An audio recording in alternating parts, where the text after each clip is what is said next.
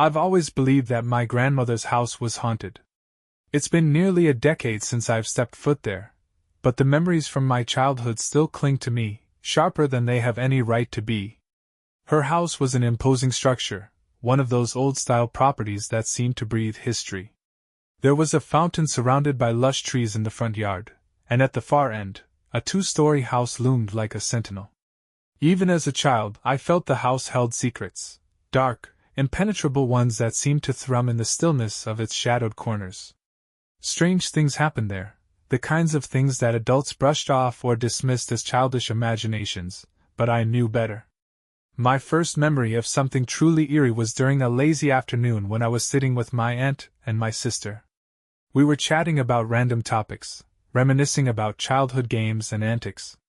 Someone brought up imaginary friends, and my sister and I exchanged a glance. We both began describing our supposed childhood companions, only to realize we were recounting the same person, a boy, his features eerily distinct and identical in our memories. How could that be possible? But that wasn't the only strange encounter in that house. I remember the night vividly. My second aunt and I were up late, gazing out of the window into the deserted street. Suddenly, a bald man in an old-fashioned uniform appeared, walking slowly up and down the road. His steps were measured, almost ritualistic. On another night I saw him again. So did my aunt. But when we spoke about him later, the others dismissed us. They insisted no one had been there. Yet I can still see him in my mind's eye, his uniform pristine, his face blank, his presence chilling. There was a small, overgrown yard behind the house that my grandmother never allowed us to enter. It seemed ordinary at first glance, but something about it felt wrong, as though the air itself was heavier there. Just beyond the yard was a squat door embedded in the ground, almost like a trapdoor, leading to a cramped basement filled with antique furniture and forgotten relics. I only ventured down there once, and the oppressive silence was suffocating. The smell of mildew and the sight of dust-covered remnants of a bygone era sent shivers down my spine. I never went back. Then there was my grandmother herself. She had always been an enigmatic figure. A fortune-teller by trade, she claimed to see glimpses of the future through her cards. I'll never forget the day she decided to do a reading in front of me.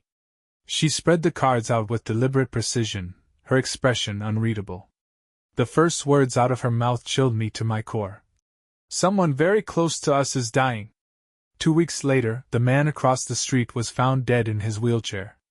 To this day, I can't shake the feeling that her words had been more than a prediction.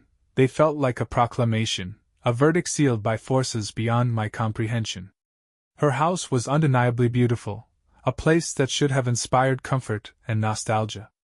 Yet, for all its charm, I vowed never to return. The deeper I delve into those memories, the more unsettled I become. There was something about that house that seemed to twist time, making every moment there stretch and echo in ways I couldn't explain. Nights were the worst. The stillness was never quiet. It hummed with an undercurrent of whispers, creaks, and faint, indiscernible noises that kept me awake. I'd lie in bed, staring at the cracked ceiling, waiting for the house to reveal whatever secrets it was hiding. One night, I remember being woken up by a sound that I'd later come to dread. It was the distinct shuffle of feet dragging across the wooden floor outside my room. My heart raced as I sat up in bed, straining to listen. The footsteps stopped right at my door. I froze, unable to move or even breathe, staring at the shadow under the doorframe. It lingered there for what felt like an eternity before disappearing into the silence. When I finally mustered the courage to open the door, the hallway was empty, bathed in the dim light of the moon streaming through the windows. The next morning, I told my grandmother about what had happened. She didn't seem surprised. Instead, she just gave me a knowing look and said, "Some things are better left undisturbed." That was her way of dismissing anything she didn't want to explain, but it only made my unease grow. There were also the mirrors. I don't know why, but every mirror in that house felt like a gateway to somewhere else. I'd catch myself avoiding my reflection, afraid of what I might see staring back at me. Once, while brushing my teeth, I glanced up and saw someone standing behind me. It was a fleeting glimpse, gone in an instant, but it was enough to send the toothbrush clattering into the sink. When I spun around, there was no one there, only the empty hallway leading back to the bedrooms. Perhaps the most unnerving thing, though, was the attic. I avoided it like a plague, but there were times I couldn't help but hear strange noises coming from above. Scratching, muffled thuds, and occasionally, what sounded like a faint whispering. My grandmother never let anyone go up there, claiming it was too dangerous, but that only fueled my curiosity. Once, during a particularly brave moment, I climbed the creaking stairs to the attic door. My hand trembled as I reached for the doorknob, but the second I touched it, a sharp, cold wind blew through the hallway, even though all the windows were closed. It was enough to send me scrambling back down the stairs, heart pounding, never daring to return. Despite my fears, there were times when I couldn't avoid the house's darker mysteries. One such occasion happened during a family gathering. The house was alive with noise, laughter, conversations, and the clinking of dishes. But even then, the air carried that same heavy weight, as if the house was silently observing us. It was late in the evening when I wandered away from the others, lured by a strange sound. It was faint at first, like a child's giggle, drifting from somewhere near the back of the house. My curiosity got the better of me, and I followed it, weaving through the dimly lit corridors until I found myself standing in front of the small yard my grandmother had forbidden us to enter. The giggling had stopped, replaced by an eerie silence that pressed against my ears. I hesitated but pushed the gate open anyway. The yard was overgrown with weeds and vines, and the air smelled of damp earth and decay. At the center stood an old stone well, its edges crumbling with age. As I stepped closer, I noticed something strange. Faint scratch marks etched into the stones around the well's opening, as though someone had desperately tried to claw their way out. Before I could investigate further, a sharp voice cut through the air. "What are you doing here?" I spun around to see my grandmother standing at the gate, her face pale and her expression a mix of anger and fear. "I heard something," I stammered. "You shouldn't be here," she said firmly, ushering me back inside. Her grip on my arm was tighter than it needed to be, and her silence as we returned to the house was unnerving. She didn't scold me, didn't explain why the yard was off limits, but her unease was palpable. That night, as I lay in bed, I couldn't stop thinking about the well. The scratch marks haunted me, and my dreams were filled with images of pale, desperate hands reaching out from the darkness. I woke up drenched in sweat, my heart pounding in my chest. But the unease didn't end there. The next morning, the air in the house felt different. Heavier. My grandmother seemed on edge, her usual calm demeanor replaced by a quiet tension. She stayed close to her tarot cards, shuffling and reshuffling them, her lips moving in whispers I couldn't understand. At one point, she stopped abruptly, staring at a single card she had drawn. Her face turned ashen, and she quickly gathered the cards, refusing to tell me what she had seen. It was later that day when I heard the giggle again. This time, it came from the direction of the attic. My heart sank. I wanted to ignore it, to pretend it was my imagination, but something compelled me to follow the sound. I climbed the stairs, each step creaking under my weight. The attic door loomed ahead, slightly ajar. As I pushed it open, a cold gust of air hit me, and the giggling stopped. Inside, the attic was a maze of forgotten relics and shadows. The only light came from a small, grimy window, casting eerie patterns on the walls. As I stepped further in, I felt the unmistakable sensation of being watched. My eyes darted around, searching for the source, but there was nothing there. And then, just as I was about to leave, I saw it, a small, childlike figure standing in the corner, its face obscured by shadow. My breath caught in my throat, and I stumbled backward, nearly tripping over an old trunk. When I looked again, the figure was gone, leaving only the lingering sense of dread. I fled the attic, my heart racing, and didn't stop until I was back in the safety of the living room. My grandmother looked up from her cards, her eyes narrowing as she took in my pale face and trembling hands. "You've seen it, haven't you?" she asked quietly. I nodded, unable to speak. She sighed, her expression weary. "This house, it has its own memories.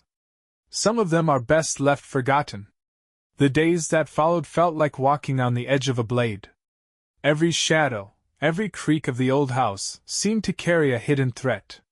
My grandmother grew more distant, spending hours alone in her room, the faint murmurs of her prayers seeping through the closed door.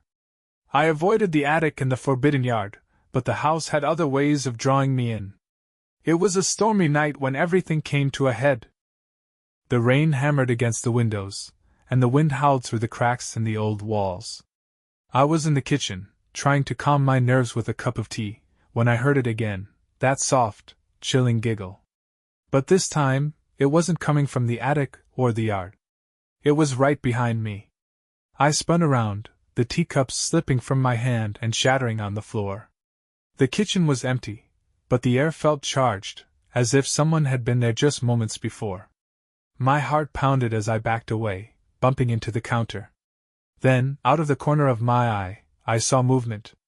A shadow flitted across the hallway, heading toward the front of the house. I don't know what possessed me, but I followed it. My bare feet patted silently on the wooden floor as I trailed the shadow to the living room. The fireplace was unlit, and the room was cloaked in darkness, save for the occasional flash of lightning illuminating the windows. And then I saw it, the small, childlike figure standing by the fireplace, its face still obscured by shadow. "Who are you?" I managed to whisper, my voice trembling. The figure didn't respond, but its head tilted slightly, as if curious. For a moment I thought I saw its eyes gleaming in the dark, but then it faded, dissolving into the shadows as if it had never been there. The silence that followed was deafening, broken only by the sound of my own ragged breathing. "You shouldn't have followed it," my grandmother's voice said from behind me. I turned to see her standing in the doorway, her expression grim. She looked older than I had ever seen her, the weight of years and secrets etched into her face. "What is it?" I asked, desperate for answers. "What's in this house?" She hesitated, her gaze flickering to the darkened room. "This house has seen things. Death, pain, loss. It's soaked into its walls, its very foundation. Some souls don't move on, and some never belonged to this world to begin with." Her words sent a shiver down my spine. "Why didn't you tell me? Would you have believed me?" she countered. "Some things you have to see for yourself." The storm outside grew fiercer, and the house seemed to groan under the weight of it. My grandmother stepped closer, placing a hand on my shoulder. "It's time for you to leave. This house isn't safe for you anymore." "What about you?" I asked, fear gripping my chest. "You can't stay here either." She gave me a sad smile. "This house and we're bound together. I've made my peace with it. But you still have a life to live. Don't let this place take it from you." Reluctantly, I agreed. That night, I packed my things and left, the storm raging around me as I drove away from the house that had haunted my childhood.